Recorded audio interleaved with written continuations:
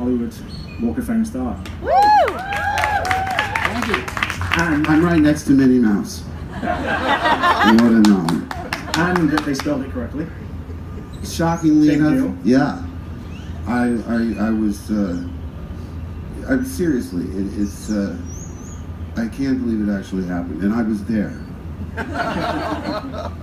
And I also was really amazed because I thought, the two people I want there the most would be George and Harrison.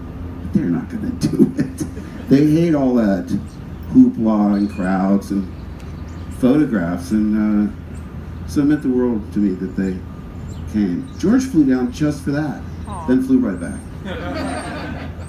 Also, we're obviously here at the Twitter house, so I want to ask a couple of questions about Twitter, and Mark especially. You're very shy on Twitter. I was told to lay off the political stuff. No. By my daughter, not by Disney. No, I just have fun, it's a way to express your personality in ways you wouldn't ordinarily do.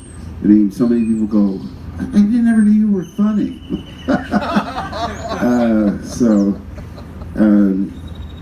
But in the old days, it'd be fan mail. My wife would say, just do like 20 and then we'll go watch The Sopranos, whatever. Dear Rachel, thank you very much. It was like drudge work. It was not so much fun.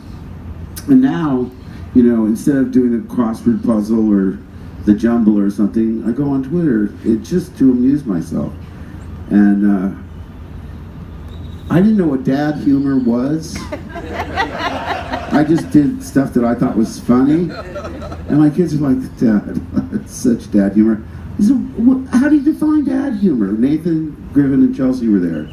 And Griffin goes, well, like obvious. Chelsea said, lots of puns. Nathan says, not funny. What are you? No, I just have fun. But see, in the old days, what I love too are hate tweets. Because, it's such the great equalizer. Twitter makes everybody equal in terms of their opinion, which I think is great.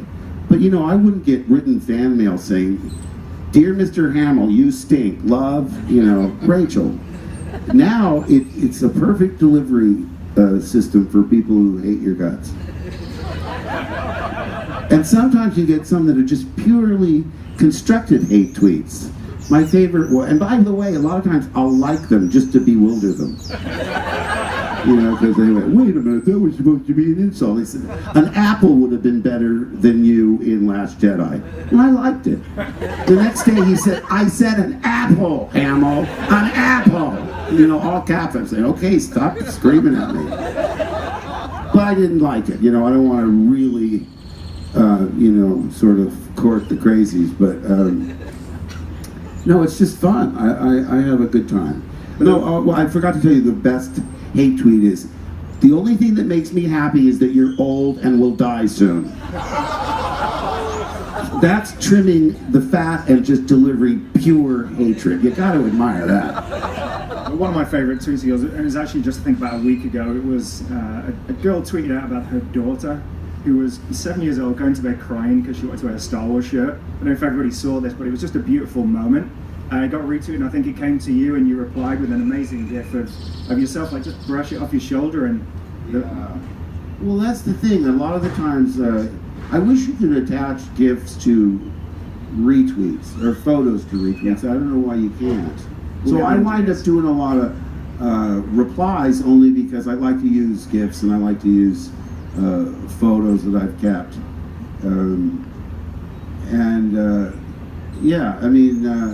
I got into trouble because I, started wishing people a happy birthday, and I had these pictures, from Star Wars and all these things I've done.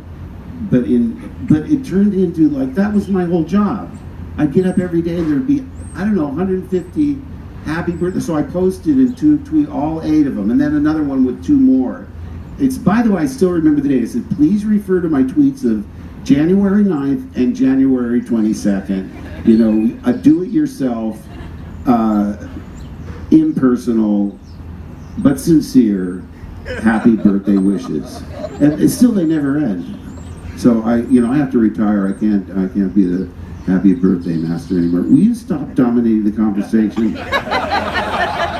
Well, since he is dominating, let's give him the microphone a second, because so this man he's actually hidden on Twitter. He has a Twitter account, but he doesn't tweet, but he likes to follow. So can you let us know how you use the platform? I don't really know how to use the platform. I just go to Twitter. I follow what Ryan says. I follow what's going on in the world, but I will never post. It takes too much time and energy. I'd rather read.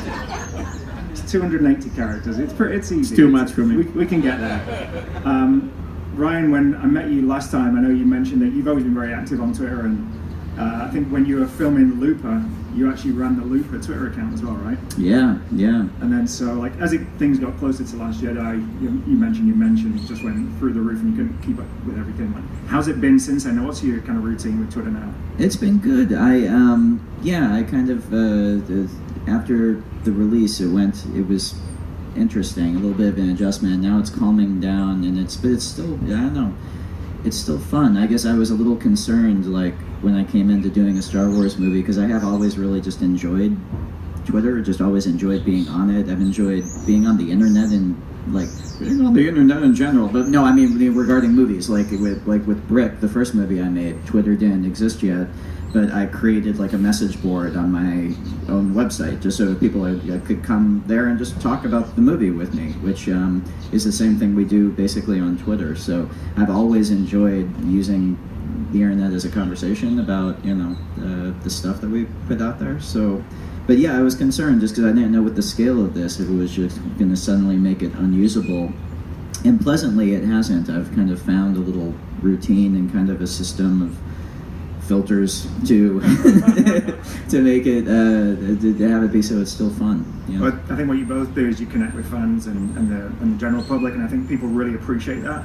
I think that's what the beauty of Twitter, it brings you really close to somebody that you really admire and care about. So like, I think you're doing a really great job. Yeah, well, it's fun to, it's not just, it isn't like answering fan mail. It's not like a job. We do it because it's genuinely fun. And I don't know, you work on something without talking to anyone about it for like 4 years, and then you put it out there, you want to engage with people about it, you want to hear what they think, you want to go back and forth and say, oh, you thought that, but and Twitter is weirdly kind of the perfect medium for that. Awesome. So has everybody seen Director and the Jedi yet? Anybody get to see it yesterday? So I highly recommend it. It's an amazing, like, intimate view into the production of a mega movie like Star Wars. I want to ask Ron a question about it.